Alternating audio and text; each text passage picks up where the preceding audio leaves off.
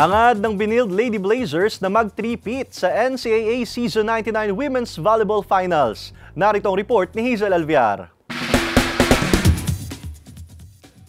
Mula noong Season 97, hindi pa natatalo ni isang game ang Benilde Lady Blazers at ang napakahabang winning streak na ito ay nagbunga na ng 2 kampyonato. Ngayong finals ng Season 99, wala pa ring nakakaputol sa kanilang streak. Natalo nila noong linggo sa Finals Game 1 ng NCAA Season 99 Women's Volleyball Tournament ang Letran Lady Knights. Sa panalong ito, nalalapit na sila sa kanilang pangatlong sunod na NCAA Championship. Pero sa kabila nito, may kailangan pa rin daw silang ayusin sa kanilang laro. Ngayon nakatapat namin ang Letran, challenging din naman kasi yung mga wing nila malalakas, power sila and may mga plays din sila na medyo hirap din kami, so nag-a-adjust talaga kami every point. Kumapit tayo, na veteran tayo, na pagpasok ng mga pinasok natin, nag-deliver sila agad. Kahit service lang yon, kahit receives lang yon, importante yun sa akin. It doesn't, kumbaga, mean na yung palo lang ang contribution ng player, hindi ganun. Lamang na lamang ang Lady Blazers sa championship experience laban sa Lady Knights na matagal bago nakabalik sa finals. Pero hindi pa rin nila minamaliit ang kanilang kalaban. Hindi pwedeng magkampante, so we always teach that sa mga bata. Hindi pwedeng complacent, so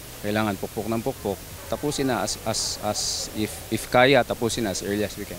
Pag-play ng championship, iba na to so back to zero. So sa game 2, gagawin pa din namin yung mas best pa para wala ng game 2. Abangan ang bakbakan sa court sa Game 2 ng NCAA Season 99 Indoor Volleyball Finals sa linggo simula alas 12 ng tanghali live sa GTV.